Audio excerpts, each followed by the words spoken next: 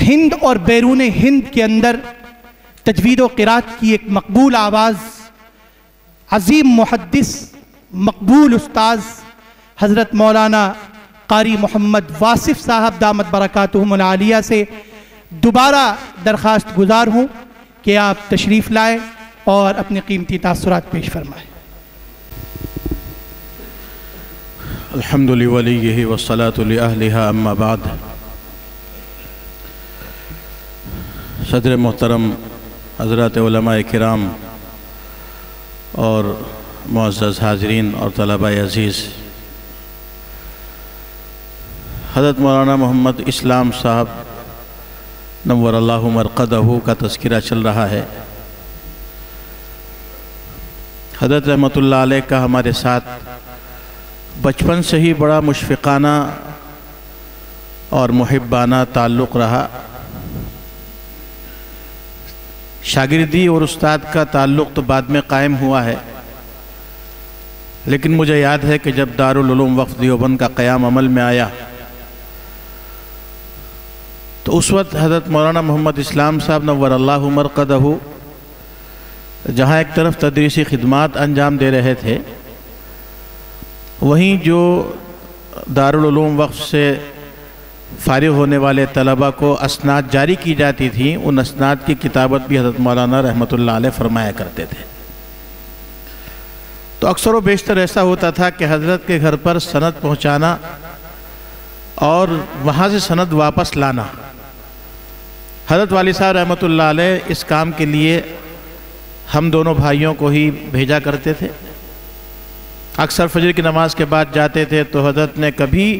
بغیر چائے پیے ہوئے ہمیں واپس نہیں آنے دیا۔ حضرت کے ساتھ شاگردانہ تعلق دورہ حدیث میں قائم ہوا جب حضرت رحمۃ اللہ علیہ سے ابو داؤد شریف جلد ثانی پڑھنے کا موقع ملا، اور اس کے بعد تکمیل ادب میں مختلف کتابیں حضرت رحمۃ اللہ علیہ سے پڑھیں۔ حضرت رحمۃ اللہ علیہ کی شفقت اور محبت اور ان کے اعتماد کا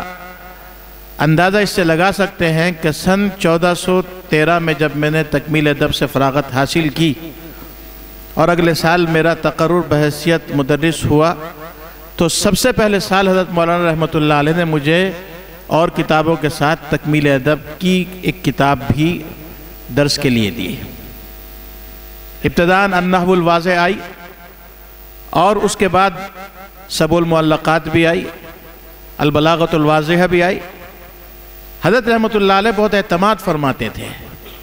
بہت شفقت اور محبت فرماتے تھے، اور اسی دوران میری خواہش تھی کہ جامعہ اسلامیہ مدینہ منورہ میں داخلہ حاصل کر کے مزید تعلیمی سلسلے کو آگے بڑھایا جائے، تو اس کے لیے خط و کتابت حضرت مولانا رحمۃ اللہ علیہ نے ہی کی ہے، اور الحمدللہ میرا داخلہ جامعہ اسلامیہ میں ہو چکا تھا۔ لیکن اتفاق یہ کہ جس وقت وہاں سے داخلہ ہونے کی اطلاع آئی تو دو وجہیں بنی۔ ایک تو یہ کہ اس زمانے میں ہندوستان میں تعاون پھیلا، کئی مہینے تک پورا نظام درہم برہم رہا، تو وہاں سے جو منظوری کا خط آیا تو وہ ڈاک کی نظر ہو گیا۔ جب نظام بحال ہوا وہ خط آیا تو اس میں مجھے وقت متعین کر کے حکم دیا گیا تھا کہ آپ فلاں تاریخ تک سعودی ایمبیسی میں جا کر اپنا ویزا لگوائیں، اپنا ٹکٹ جاری کرائیں، لیکن وقت گزر چکا تھا۔ اور دوسری بات یہ ہوئی کہ حضرت والد صاحب نور اللہ مرقدہ کی طبیعت بہت خراب ہو گئی تھی، اور بڑے بھائی حضرت مولانا مفتی عارف صاحب دامت برکاتہم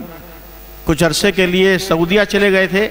تو حضرت والد صاحب رحمۃ اللہ علیہ کی خدمت کے لیے مجھے رکنا پڑا۔ تو اس دوران حضرت رحمۃ اللہ علیہ کا جو تعلق سامنے آیا، انہوں نے جس قدر شفقت اور محبت کے ساتھ خط و کتابت کی ہے، وہ یقیناً ان کا ہم پر ایک عظیم احسان ہے۔ اور ہمیشہ باوجود کہ ہم ان کے شاگرد رہے، ان سے بہت چھوٹے تھے، کبھی ایسا نہیں ہوا کہ انہوں نے کسی سخت لہجے میں گفتگو کی ہو، کوئی ایسا رویہ اختیار کیا ہو کہ جس میں لگتا ہو کہ یہ ناگواری محسوس کر رہے ہیں، ناراضگی کا اظہار کر رہے ہیں، بلکہ انہی کی حیات میں الحمدللہ نظامت تعلیمات میں نیابت کا موقع بھی ملا۔ تو اس وقت بڑی شفقت کے ساتھ ساتھ ایک طریقے سے اگر دیکھا جائے تو اس منصب کی رعایت بھی فرمایا کرتے تھے۔ اللہ تبارک و تعالیٰ سے دعا ہے کہ اللہ تبارک و تعالیٰ حضرت کی بال بال مغفرت فرمائے، اور حضرت نے جو شفقت کا معاملہ کیا ہے اللہ تبارک و تعالیٰ اس پر ان کو اپنی شان کے مطابق اجر جزیل عطا فرمائے، اور حضرت مولانا بدر عالم بدر الاسلام صاحب کی اس کوشش کو جو انہوں نے حضرت کی تحریرات کو مرتب کرنے کے لیے کی ہے، اللہ تعالیٰ اس کو شرف قبولیت عطا فرما کر کے ان کو اپنے والد کا سچا جانشین بنائے۔ وآخر دعوانا الحمدللہ رب العالمین۔